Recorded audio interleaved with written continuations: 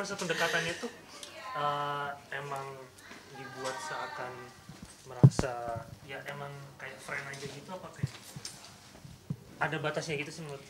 Tetep sih, maksudnya dia boleh nganggap aku temen kalau apa gitu. Kalau misalnya dia mau cerita soal temen-temennya, oh oke gitu. Jadi aku akan nganggap diri aku nih, aku bisa masuk ke dunianya dia, yang seumurannya dia, yang pola pikirnya kayak dia dulu nih gitu. Jadi ego aku, maksudnya aku kadang kayak nggak sesuai gitu, kayak kok gini, tapi aku diem dulu gitu karena biar dianya juga nyaman ceritanya gitu, karena aku nggak mau ada yang ditutup-tutupin. Nenek selalu bilang ya, kayak Nona juga cerita gitu ya Non ya, Nona suka cerita yang di sekolah gitu-gitu. Kalau pendekatan sih kayaknya natural aja sih, maksudnya itu kan udah tergantung si orang tua sama anak kan mau cara bondingnya itu seperti apa gitu. Nah kalau aku dengan caranya kayak gini gitu. Tapi di sela-sela kesibukan ini kan buat kan kadang syuting dari pagi sampai malam gitu kan, itu berarti harus punya kesempatan minimal ya sehari berapa jam buat ketemu anak, ngobrol sama anak gitu, pendekatan gitu kan apa gimana?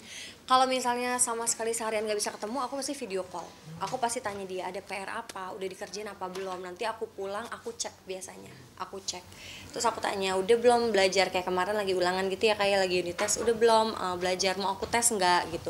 Enggak Mom, aku udah bisa. Oh oke, kalau udah bisa gitu. Tapi kalau emang dia, aku mau dites, ya udah ayo dites gitu sih. Jadi ya gimana pun aku harus tetap bisa sih. Misalnya kayak callingan pagi nih, 8:30 callingan, anak-anak sekolah jam 8, jadi jalan dari rumah jam 7, ya udah aku anterin mereka dulu baru aku ke sekolah gitu. Jadi ya sebisa mungkin kalau aku bisa anter ya aku anter, sebisa mungkin kalau aku bisa jemput ya jemput gitu sih. Kak Feby kan ini Kak Feby syuting ya, mungkin anak-anak sering komen gak sih, Mama kenapa syuting mulu sih?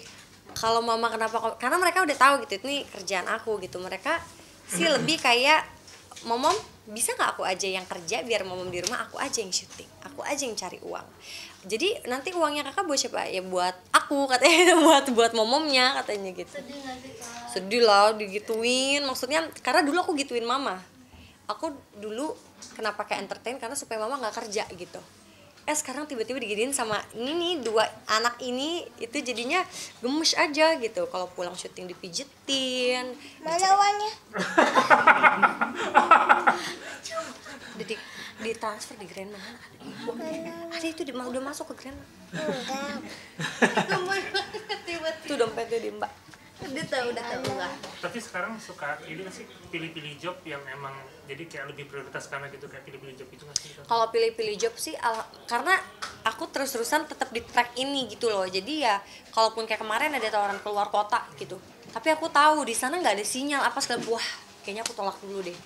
Maksudnya kan kalau sampai nggak ada komunikasi, kita nggak tahu nih di rumah gimana, mereka di sekolah, di tempat les gimana gitu. Jadi kalau yang sampai ke tempat yang nggak ada sinyal, aku pasti akan bukan menolak sih, tapi lebih kayak mikirnya jauh aja dulu gitu. Karena wah tiba-tiba ada kenapa-napa terus nggak bisa dihubungin gimana ya, lebih mikir ke situ sih. Tapi kenapa memutuskan untuk bekerja sih Kak?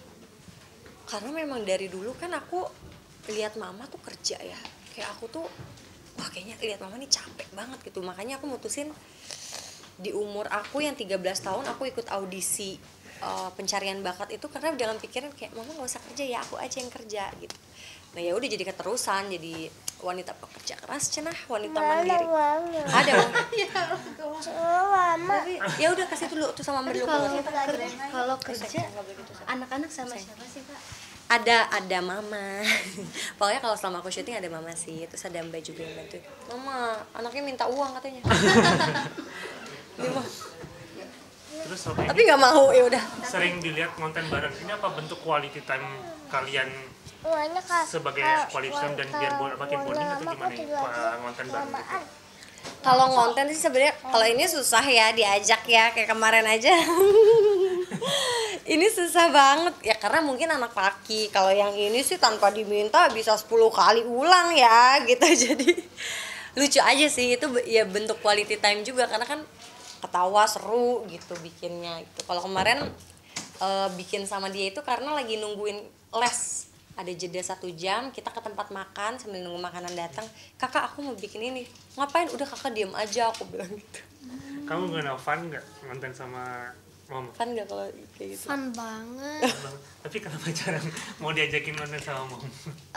Karena aku juga lagi belajar, jadi aku nggak mau. Oh gitu.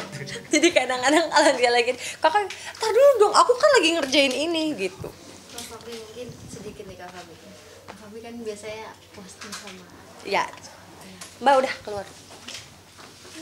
Itu Bentar ya. udah, aku mau gak ini dulu bentar. Udah saya. Bentar, oh ada susu strawberry. Udah. Gendong aja. Maaf ya sayang. Bukan nggak perlu sayang, ini nggak bisa. Entar dulu, cantik. Itu ada. Nggak bisa di sana jadi ual. Di sini. Itu sama Greta. Nggak mau. Tadi cari minuman yang itu. Oh, ada strawberry. Ada kue. Iya. Ada es krim, ada kue. Maaf ya sayang. Maaf ya. Masuk aja. Iya, saya tadi kan. Aduh, aku lihat di Instagram. Tapi mungkin udah lama nggak posting bareng suami. Tapi emang sebenarnya juga jarang-jarang gitu kan kalau posting itu gitu. Jadi ya udah. Terus aku juga sibuk. Tapi emang nggak bagi-bagi tugas sama suami?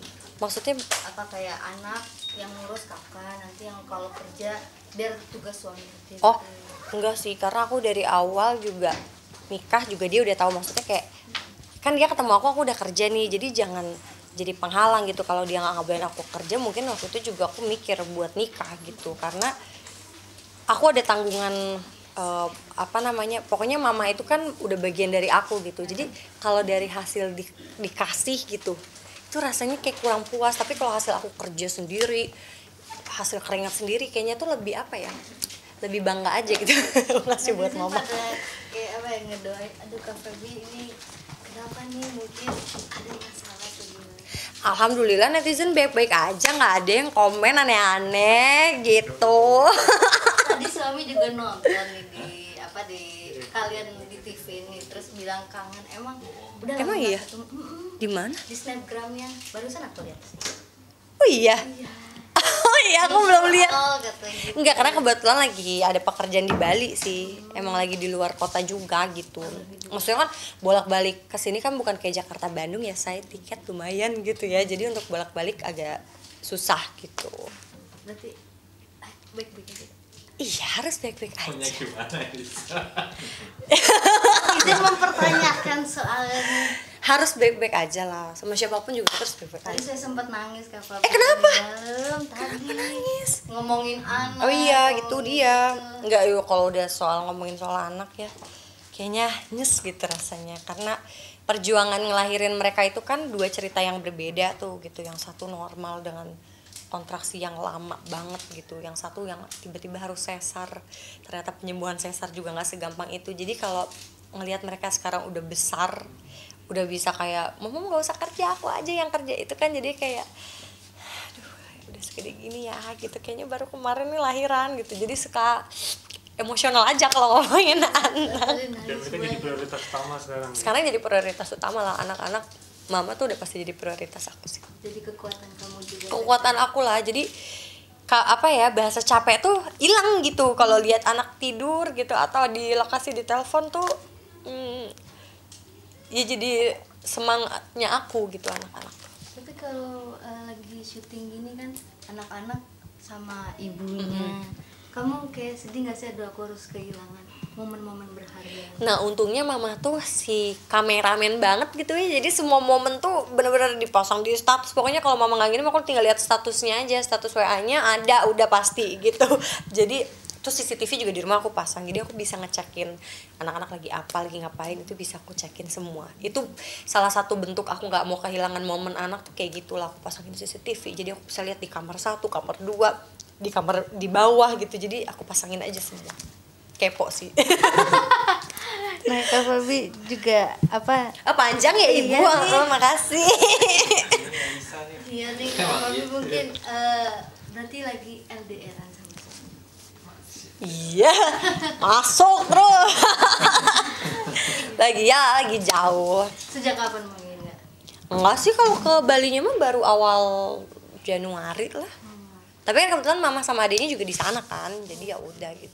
bukan yang ujuk-ujuk sendiri gitu. Tapi anak-anak kalau ayahnya kerja ke sana Kemarin aja bapaknya nanya, ini kalau aku ke luar negeri kerja tapi 10 tahun nggak bisa balik gimana? Ya udah nggak apa-apa kata anak gitu. Ya udah nggak apa-apa. Yang penting kan aku bisa sekolah gitu, jawabannya gitu. dia berarti lebih dekat sama ibunya. Ya nggak, cuma maksudnya dia punya pikiran kayak ya udah nggak apa-apa kalau emang itu untuk pekerjaan karena itu kan untuk sekolah apa gitu. Aku sampai kayak kok bisa ya job kayak begini gitu. Karena anak-anak sini kan biasanya maunya main sama kita, ngumpul sama kita. Kalau ini tuh enggak, kayak boleh nggak aku aja yang kerja, boleh nggak mom tuh di rumah, boleh gitu-gitu. Jadi gitu deh. Kalau ada masalah biasanya ceritanya ke siapa sih, ke Babi biasanya? Ke mama juga nggak sih? Enggak, aku nggak cerita ke mama karena aku nggak mau lo jadi beban pikiran mama ya. Masa dari dulu single sampai nikah beban mama mulu kayaknya gitu. Jadi memang jarang banget aku tuh cerita sama siapapun gitu. Jadi aku lebih pendem sih. Makanya nggak bagus, pendem asam lambung kambuh kan. Oh, kamu. Jadi ya udah gitu. Jadi caranya adalah nyetir kita pasang lagu, kita nyanyi aja gitu ya. Kalau sedihnya Gitu. mungkin harapan kedepannya sama suami apa sih? Ya harapan kedepannya semoga ya kita bisa jadi orang tua yang baik lah buat anak-anak, orang tua yang selalu kompak buat anak-anak dalam segala kondisi dan situasi. Kondisi dan situasi. Iya. Iya, astagfirullahaladzim. Julid kak. Iya. Enggak, Adil Lambetura. Iya sebenarnya. Dia bodrek kak. Kakak tapi punten banget, maaf banget nih kak. Tapi masih dalam ikatan. Ikatan Cinta tuh baru bungkus kemarin tuh sinetron. Masih kan nggak, alhamdulillah. Ya pokoknya doain dia baik-baik lah. Ih. Tuh Ria Ricis lagi rame di film ini. Kakak Fabi. Iya kak. Masih dalam ikatan pernikahan kan? Hah? Alhamdulillah. Mataku kenapa? Kenapa matanya? Tuh kan makanya. Tuh kan kayak gitu. Masih kan dalam Kak, ikatan. thank you ya kak. Iya, makasih. Masih dikulik. Ih, tolong. Gimana kamu mungkin? Ya pokoknya doain aja yang baik-baik aja. Yang terbaik untuk semuanya. Oke, makasih banyak kakak cantik. Kakak cantik, maafin banget ya.